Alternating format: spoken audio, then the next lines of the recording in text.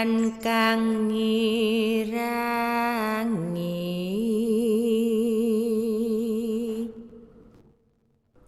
syukur oleh wong tapa ingkang wus manungkul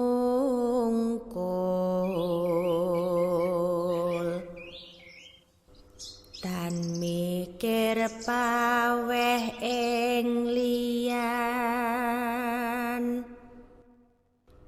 iku pantes sira guranana kaki sartane